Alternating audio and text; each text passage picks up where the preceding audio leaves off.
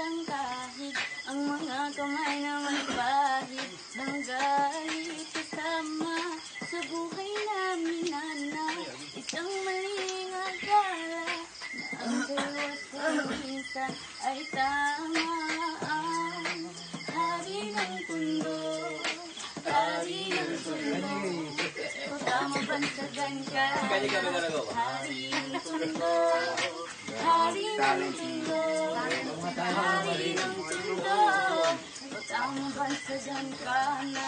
Hari ng tundo. Kanina sa pangalan ay tumawag alang-alang sa iba, tsaka na muna ang paawat sa maling nagagawa na tila nagiging tama ang tunay na may kailangan ng siyang pinatatamasa. Lahat sila'y takot nakakapasong yung galit, mga bakal na may nagbabaganting kang papalit-palit sa hangin na masangsang nakakapanghina ang nana at hindi mo matanggal na para bang simanang pa nakakulawit subalit sa kabila ng lahat ay yung halimoy klamang ng iisang bulaklak at siyang tanging naghahatid sa kanya sa katinuan at hindi ipagpapalit sa kahit na sino man. Ngunit kung dumating ang araw na gusto ninyong talikuan ay huli na ang lahat at sa kamay ng kaibig pinasok ang tinga, tumulang ang dugo sa lonta. Ngayon alam niyo na ang kwento ni Asyo sa lola.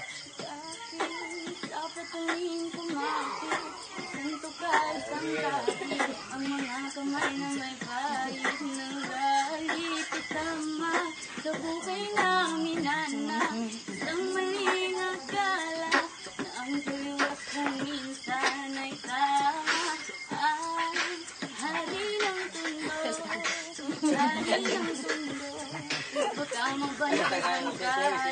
Hari ng tundo, hari ng tundo, hari ng tundo, baka mabanyagan ka na. Hari ng tundo. Nilusong ang kanal na sa pangalan ay tumawag alang-alang tayo. Saka na muna ang kaawat. Or, tuto na ng gift back.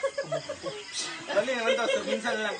Minsan, sa isang lugar sa Maynila, maraming nangyayari, ngunit takot ay bilang. Sabihin ng lahat, animoy kagat-kagat kahit tago, di mo pwedeng pigilin ng alamat na umusbong.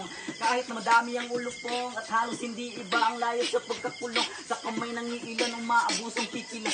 Ang lahat ng kumalagwalang tanong ay kitilan ng buhay. Hukay, lukay magpapatunay na kahit hindi matulay tala, magbibig-ibig at kung sino mang lamang, mga bitok ang halang. At kung wala kang alam, ay umupo ka na lang. Hanggang sa may magpasya na sumalungat sa agos o sa akin ng mga kadena na siyang gumagapo sa kwento na masastig pa sa bagong takinalota. Ngayon alam niyo na ang kwento ni Adonis Gordo.